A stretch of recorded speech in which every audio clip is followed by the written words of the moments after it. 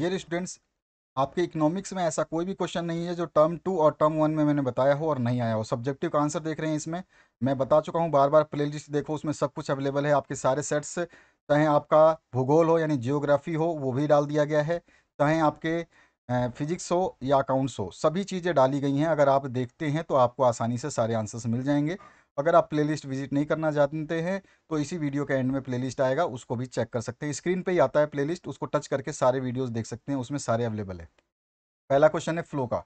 इस सभी क्वेश्चंस को मैंने डाला था एग्जाम से एक दिन पहले, आपको सभी का कमेंट आया था और मैंने सारे क्वेश्चंस ये डलवाए थे और सारे के सारे एकदम सेम टू सेम क्वेश्चंस आए हैं। सब कुछ बताया है उसमें, सब कुछ ए टू जेड, और मैं आपको सारे सॉल्यूशंस यहाँ पे इस वीडियो के दौरान बताने वाला हूँ। ध्यान से देख लेना। यहाँ पर जो है आपने क्या क्या लिखा है और क्या आंसर होने वाला था, इंग्लिश और हिंदी मीडियम दोनों में सॉल्व किया गया है। डिफाइन करना है फ्लो को, तो flow refers to the amount of an economic variable that is measured over a period of time. और flow has time parameters such as per hour, per day, per month और per year. प्रवाह का अर्थ है आर्थिक चर की वह मात्रा जिससे जिसे किसी समय अवधि के दौरान मापा जाता है। प्रवाह का समय परिमाप होता है, जैसे प्रति घंटा, प्रतिदिन, प्रति मास या प्रति वर्ष। इस तरह से आप इसका डेफिनेशन जो है बता सकते थे, एग्जाम्पल भी दे सकते थे, चाहे आप सिंपली एक लाइन भी लिख सकते थे, तो आपको आंसर का जो है नंबर मिल जाता। अगले क्वेश्चन की बात करते हैं।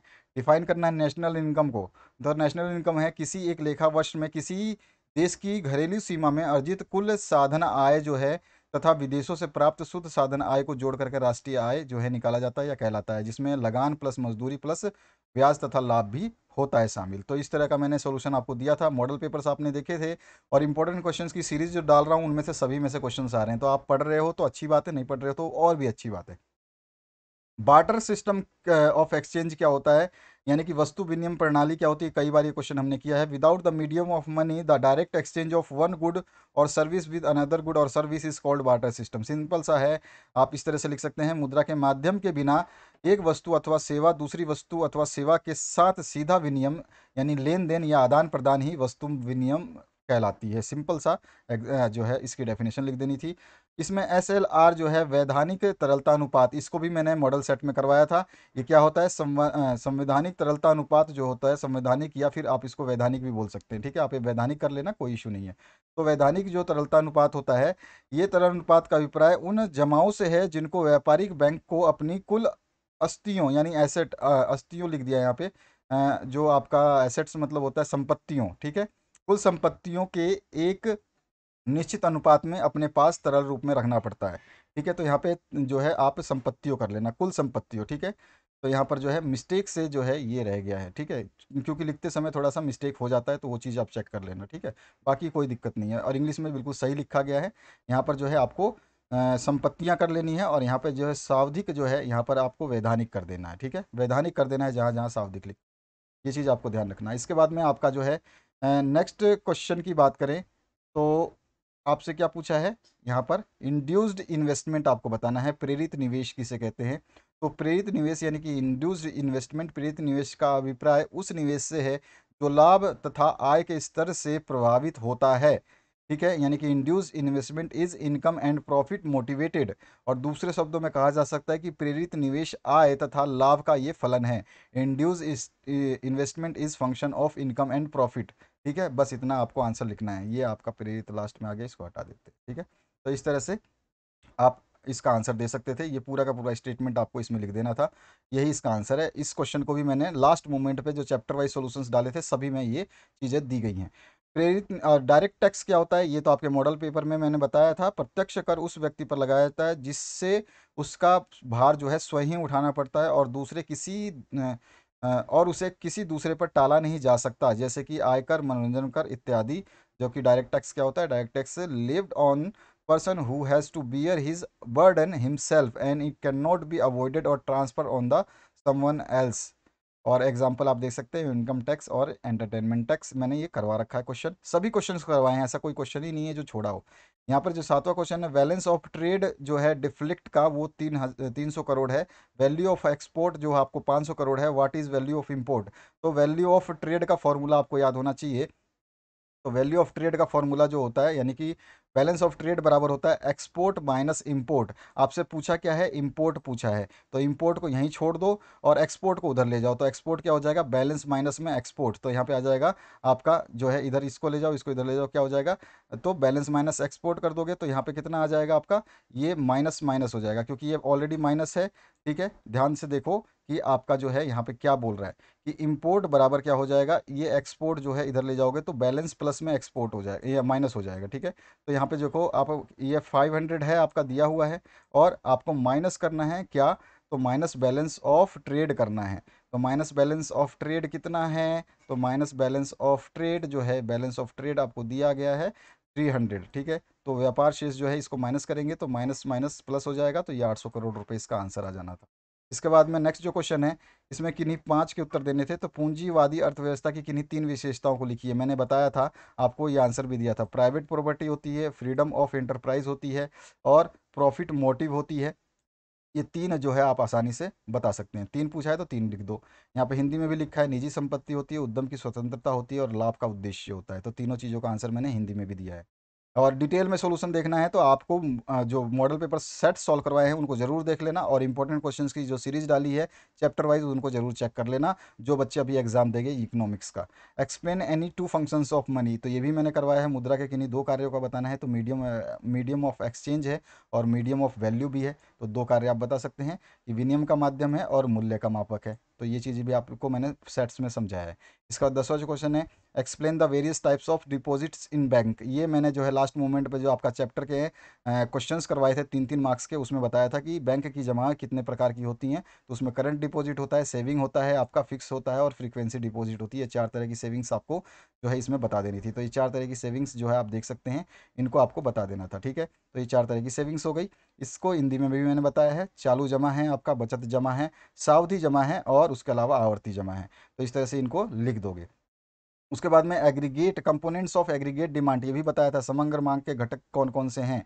तो इसमें आपका क्लोज इकोनॉमी में जो है होता है आपका एडी जो होता है सी प्लस आई होता है, जिसमें सी क्या होता है आपका कंजम्पशन होता है, आई क्या होता है इन्वेस्टमेंट होता है। तो ये आपका एग्रीगेट डिमांड का पहला घटक है क्लोज इकोनॉमी में। और ओपन इकोनॉमी में भी देखेंगे तो एग्रीगेट डिमांड क्या हो जाएगा, consumption plus investment, export minus import, जो है आप डायरेक्ट ये वाला फॉर्मूला भी बताएंगे, क्योंकि आपसे ये 3 नंबर का क्वेश्चन पूछा गया, एक लाइन में तो संतुष्ट होगा नहीं। तो इसको आप इस तरह से बता दोगे। इसमें क्या क्या चीज़ें हैं, कौन सी चीज़ें आप बता सकते हो, लिख करके नहीं बताओगे तो भी चल जाएगा।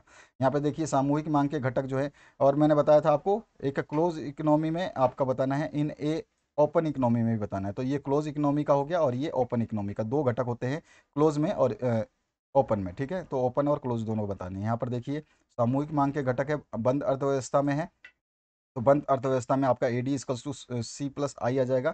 ठीक है, उपभोग प्लस निवेश आ जाएगा, सामूहिक मांग। और जो है आपका खुली अर्थव्यवस्था में सामूहिक मांग को करेगा तो इसमें आ जाएगा उपभोग प्लस निवेश, निर्यात माइनस आयात। तो जो है ये फॉर्मूला बन जाएगा एडी का। ठीक है, या फिर एडी का ये फॉर्मूला लिख दो। ठीक है, बात एक ही है, दोनों में से कोई भी लिखना था, बस इस तरह से आपको बता देना था ये आंसर। इसके बाद 12वां क्वेश्चन है, एक्सप्लेन करना है public goods must be provided by government. तो इसको मैंने मॉडल सेट में भी करवाया था, every one can easily take advantage of public goods, one person's consumption does not affect another person's consumption, therefore the availability of public goods is made by the government for non rivalry and non exclusionary reasons. तो यहाँ पर जो है आप इस तरह से लिख सकते हैं कि सार्वजनिक वस्तुओं का लाभ जो है हर कोई आसानी से उठा सकता है, एक व्यक्ति के उपभोग से दूसरे व्यक्ति के उपभोग पर कोई प्रभाव नहीं पड़ता है, इसलिए गैर प्रतिद्वंदता और गैर बहिष्कृत कारणों से सार्वजनिक वस्तुओं की उपलब्धता जो है सरकार के द्वारा किया जाता है। यानी कि इसमें प्रतिद्वंदता यानी कि कोई कंपटीशन नहीं होता, गैर बहिष्कृतता यानी कि कोई भी इसका बहिष्कार नहीं करता कि भैया इसके लिए क्यों लगाया, उसके लिए, तो सभी के लिए है इसलिए। ठीक है, तो यहाँ पर हम आसानी से इस आंसर को दे सकते हैं, मैंने मॉडल सेट में भी करवाया था।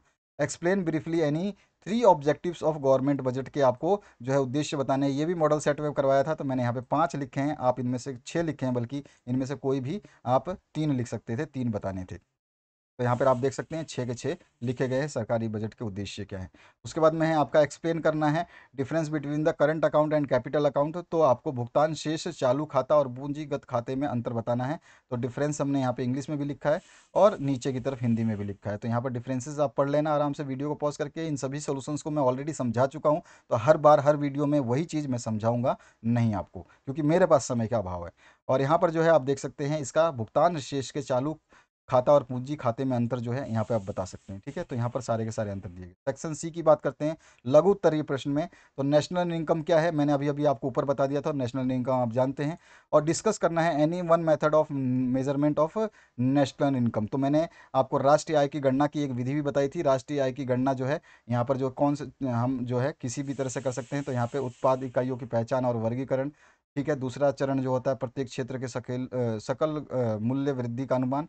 इन सभी को एक्सप्लेन किया है मैंने सेट में। तो आप सेट में इसको देख सकते हैं। इसका आंसर जो है आपको सेट में मिल जाएगा। सेट मुझे याद नहीं है कि कौन से सेट में है, लेकिन आप सेट देखोगे तो सब में मिल जाएगा, शायद सेकंड या थर्ड सेट में।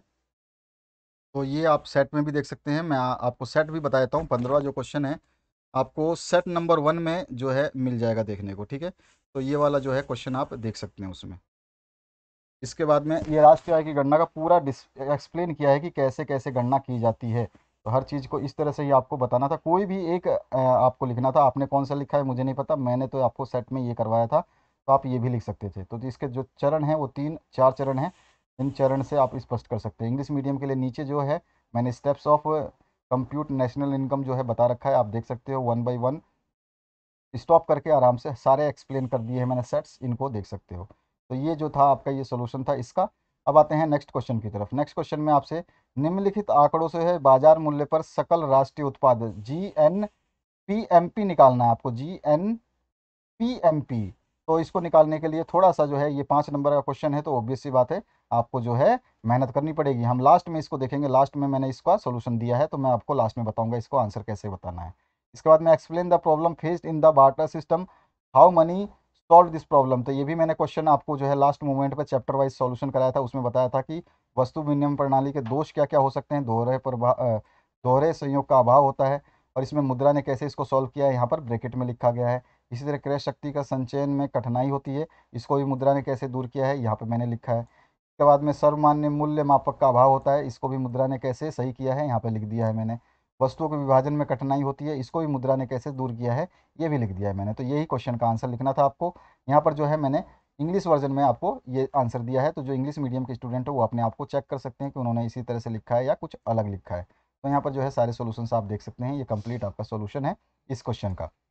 अगला जो क्वेश्चन है आपको बैंक, केंद्रीय बैंक और व्यापारिक बैंक में अंतर बताना था। मैंने ये क्वेश्चन आपको सेट्स में भी करवाया था। उसके बाद में जो इंपॉर्टेंट क्वेश्चंस की सीरीज थी उसमें भी मैंने ये क्वेश्चन दे दिया था आपको। तो बैंक और केंद्रीय बैंक और व्यापारिक बैंक में इस तरह टेबुलर फॉर्म में जो है 5-6 अंतर मैंने बोला था कि जितने नंबर का क्वेश्चन हो कम से कम उससे 1-2 ज़्यादा आप पॉइंट लिखे। तो यहाँ पे मैंने 12-13 पॉइंट बताए हैं, 10 पॉइंट बताए हैं, तो 10 पॉइंट आप लिख सकते थे या फिर इससे कम भी लिख सकते थे। इंग्लिश मीडियम के लिए ये पॉइंट्स जो है यहाँ पर दिए गए हैं।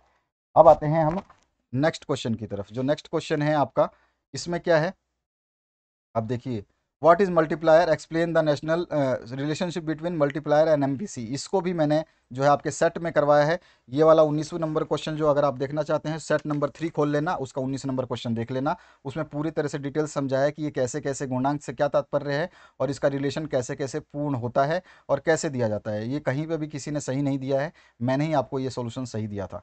ठीक है, तो ये वाला जो है आप आंसर देख लेना क्या क्या होता है और इसको कैसे कैसे प्रूव करना है और किस तरह से। बहुत ही छोटा सा आंसर है, भले यहाँ पे देखने में बड़ा लग रहा है लेकिन है बहुत ही छोटा सा।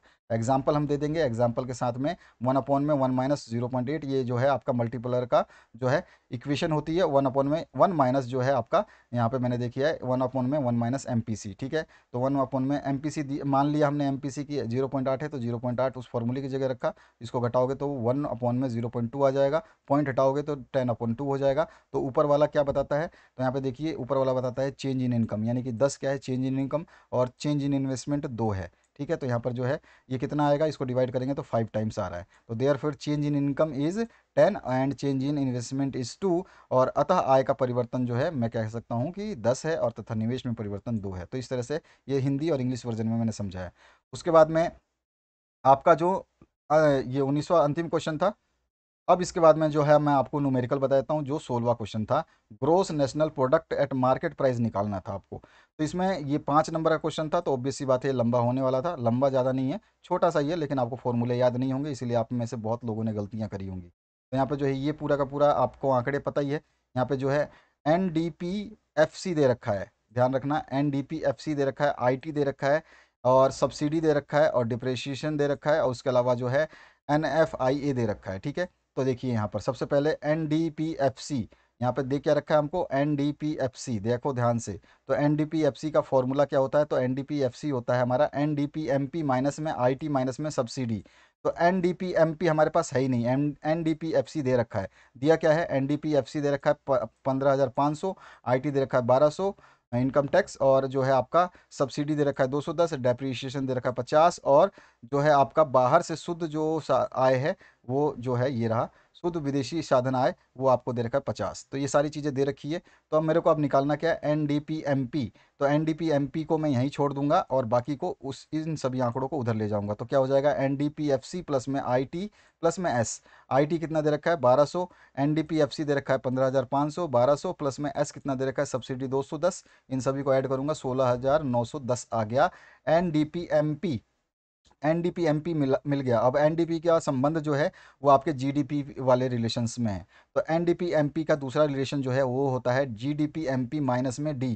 ठीक है, तो D तो हमारे पास है, लेकिन हमारे पास क्या नहीं है, GDPMP नहीं है, और GDPMP ही चाहिए हमें, जो है GNPMP जो है हमें निकालना है, जो लास्ट हमें दिया गया। GNP का फॉर्मूला क्या होता है, GDPMP प्लस में NFIA भी दे रखा है हमारे को, GDPMP निकालना था। GDPMP के लिए हमें NDPMP निकालना पड़ा। NDPMP निकाल लिया। NDPMP का फॉर्मूला होता है GDP माइनस डी। तो GDP हमें निकालना है, तो GDP को यहीं छोड़ दूंगा, माइनस डी को इधर ले जाऊंगा, तो माइनस डी जो है इसमें प्लस हो जाएगा।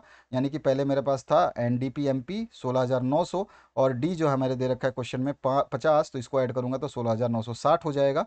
तो ये हमारे पास क्या निकल गया, GDPMP। तो GDPMP को मैं यहाँ रखूंगा, NIFA दे ही रखा है हमें क्वेश्चन में। ठीक है, तो GDPMP कितना है 16,960 प्लस में 50 NIFA। तो GDPMP हमें निकालना था, GNPMP निकालना था हमें, तो यही हमें निकालना था। 1710 करोड़ रुपए जो है इसका आंसर आ जाता। तो आपने क्या किया है, सही किया है गलत किया है, आप यहाँ पे पूरा एक स्क्रीन पे सॉल्यूशन देख सकते हैं। प्लेलिस्ट आपके सामने आने वाली है। इस प्लेलिस्ट में आप सब कुछ, सारे सब्जेक्ट्स जो अपलोड किए गए हैं, अकाउंट्स हो या ज्योग्राफी हो, हिस्ट्री हो, साइकोलॉजी हो, या कुछ भी हो, कोई भी सब्जेक्ट छोड़ा नहीं गया, सभी सब्जेक्ट्स अवेलेबल हैं। साइंस के सारे सब्जेक्ट्स अवेलेबल हैं। अगर कोई सब्जेक्ट नहीं अवेलेबल है तो समझ लीजिए कि आज या कल तक वो अपलोड कर दिया जाएगा। सब कुछ इसी प्लेलिस्ट में आपको मिलने वाला है। तो अपने दोस्तों के साथ में शेयर करके जो है वीडियो को और चैनल को सब्सक्राइब कर लें। पहली बार जो आए हैं मॉडल सेट्स जरूर चेक कर लेना, क्योंकि आपके ये जो क्वेश्चंस हैं, इस तरह के अगर क्वेश्चंस आते हैं तो आपको कैसे सॉल्व करना है मैंने सब कुछ समझाया है। और जो है इस टाइप का क्वेश्चन मॉडल सेट में नहीं था, लेकिन मैंने आपको यहाँ पे समझा दिया, तो आप इसको देख सकते हैं। बहुत ही आसान क्वेश्चन है, बस इसमें आपको फॉर्मूले जो हैं वो ध्यान रखना था कि इसमें दिया क्या है, निकालना क्या है। हमारे को ये पता होना चाहिए कि GNPMP जो फॉर्मूला होता है वो होता है GDPMP प्लस में NIFA तो दे रखा है, लेकिन GDPMP नहीं दिया हुआ था। तो GDPMP निकालने के लिए मुझे ये फॉर्मूला यूज़ करना पड़ेगा, और इस फॉर्मूले में मेरे पास GDPMP नहीं है। तो GDPMP निकालने के लिए मुझे ये फॉर्मूला यूज़ करना पड़ेगा। तो GDPMP निकाल लूँगा, तो यहाँ रख दूंगा, और हमारे पास GDPMP आ जाएगा। और जो है NDPMP निकालने के लिए ये वाला फॉर्मूला यूज़ करके आपको निकालना है। तो आप समझ गए होगे, आप नीचे से ऊपर की तरफ जाओ, समझ में आ जाएगा। हमको निकालना है ये, लेकिन हमारे को ये निकालने के लिए ये दो चीज़ें चाहिए, दोनों में से एक चीज़ तो अवेलेबल है, ये चीज़ अवेलेबल ही नहीं है। अब ये अवेलेबल नहीं है तो ये कैसे निकलता है, तो ये निकलता है हमारे पास GDPMP माइनस डी से। डी हमारे को गिवन है, GDPMP हमारे पास नहीं है, लेकिन NDPMP जो है हमें निकालना पड़ेगा, ये हमारे पास रिलेशन होती है। तो ये जो है इस तरह से सारे के सारे चीज़ों को हम सॉल्व कर देंगे, तो आसानी से जो है ये आंसर निकल जाएगा। तो ये आपका solution. Thank you very much, have a good day. Share करना, लाइक करना भूलें ना।